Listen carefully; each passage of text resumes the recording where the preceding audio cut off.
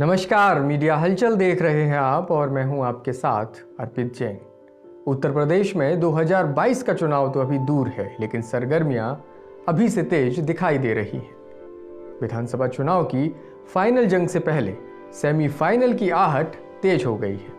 उत्तर प्रदेश की 8 रिक्त सीटों पर जल्द ही विधानसभा उपचुनाव का बिगुल बजने वाला है। चुनाव आयोग से मिल रही खबरों के आधार पर कहा जा रहा है कि बिहार में होने वाले विधानसभा चुनाव के साथ ही उत्तर प्रदेश की 8 रिक्त सीटों पर भी चुनाव कराया जाएगा। चूंकि 2022 के लिए समय अधिक नहीं बचा है, ऐसे में उपचुनाव की जंग बहुत ही दिलचस्प होने जा रही है।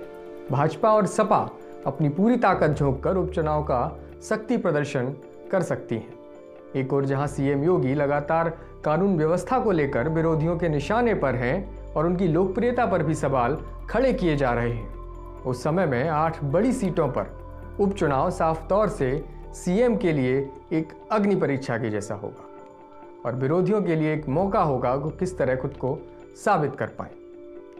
प्रदेश की जो मौजूदा विधानसभा की 8 रिक्त सीटें हैं, उन सीटों पर चुनाव बिहार विधानसभा चुनाव के साथ कराए जाने के संकेत मिल रहे हैं। बिहार में आने वाले 1-2 माह के भीतर ही चुनाव होना है। ऐसे में बिहार के साथ साथ उत्तर प्रदेश में भी चुनावी पारा हाई होने जा रहा है। जानकारों के अनुसार अगर बिहार विधानसभा चुनाव अक्टूबर में होते हैं तो फिर प्रदेश की इन 8 रिक्त विधानसभा सीटों पर भी उपचुनाव कराए जाएंगे। ये 8 सीटें कौन कौन सी हैं, आइए आपको आज हम बताते हैं। ये 8 सीटें रिक्त क्यों हुई हैं, इस पर भी बात करेंगे। भाजपा के 3 विधायकों के निधन और भाजपा के ही 2 विधायकों के लोकसभा में चुने जाने के बाद, साथ ही भाजपा का ही एक विधायक जो अयोग्य घोषित हो गया, उसके बाद 6 सीटें रिक्त हुई थी।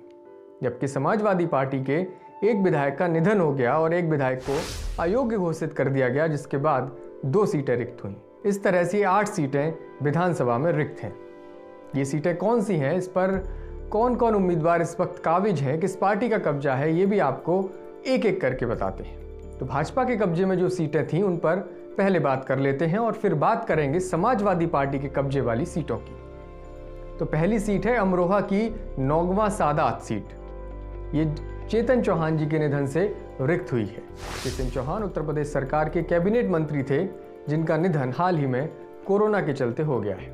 वहीं कानपुर देहात की घाटमपुर सीट, यहाँ से मंत्री कमल रानी वरुण विजयी रही थी पिछले विधानसभा चुनाव में और उनका निधन भी कोरोना के चलते हुआ है।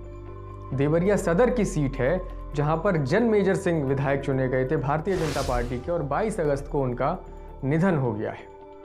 एक और सीट है बुलंदशहर, बीरेन सिंह सिरोही, उनका निधन हुआ, उसके बाद ये सीट रिक्त हो गई है। पिछले 2 मार्च को उनका निधन हुआ था।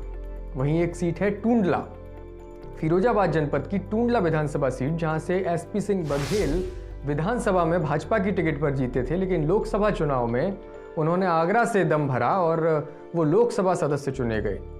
लंबे समय से ये सीट रिक्त है, किसी कारण बस यहाँ पर चुनाव नहीं हो पाए हैं, तो टूंडला में भी विधानसभा चुनाव होना है। उन्नाव की बांगरमऊ सीट, इसके बारे में तो आपको पता ही होगा किस तरह से भाजपा विधायक कुलदीप सिंह सेंगर, उनको अयोग्य घोषित किया गया। कुलदीप सिंह सेंगर, जिस पर बलात्कार के मामले में दोषी ठहराया गया जिसको, और उसके बाद ये सीट रिक्त हो गई। तो ये वो 6 सीटें हैं जो भाजपा के खाते में थीं। अब रिक्त होने के बाद इन सीटों पर उपचुनाव होना है। बाकी की जो 2 सीटें हैं वो समाजवादी पार्टी के पास थीं, वहां भी उपचुनाव होना है। ये 2 सीटें हैं समाजवादी पार्टी के पास जो थी। एक तो जौनपुर की मलहनी, जहां पर समाजवादी पार्टी के कद्दावर नेता पारसनाथ यादव विधायक थे और उनका निधन हाल ही में 12 जून को हो गया था। वहीं रामपुर की स्वार विधानसभा सीट, जो कि आजम खान के बेटे अब्दुल्ला आजम को अयोग्य घोषित किए जाने के बाद रिक्त हुई। तो ये कुल मिलाकर के 8 सीटें हैं जिन पर चुनावी जंग देखने को मिलने वाली है। इस उपचुनाव में एक और जहां योगी सरकार के लिए अग्नि परीक्षा का समय है, वहीं समाजवादी पार्टी के लिए एक सुनहरा अवसर भी है। अगर वे भाजपा की सीटों में से सेंधमारी कर पाने में सफल रही तो 2022 के लिए अखिलेश यादव की दावेदारी सीएम योगी पर हावी हो जाएगी। बसपा और कांग्रेस के लिए भी इस चुनाव पर काफी कुछ निर्भर करेगा। बसपा की कोशिश है कि वह कम से कम 1 सीट पर जीत दर्ज कर ले और अपनी दमदार उपस्थिति दर्ज करा सके। वहीं कांग्रेस का जो थिंक टैंक है वो ऐसी सीटों पर संभावनाएं तलाश रहा है जहां पर पार्टी दूसरे या तीसरे नंबर पर रही। खैर, अब जो भी है, जंग रोचक होने जा रही है और जबरदस्त घमासान होने जा रहा है।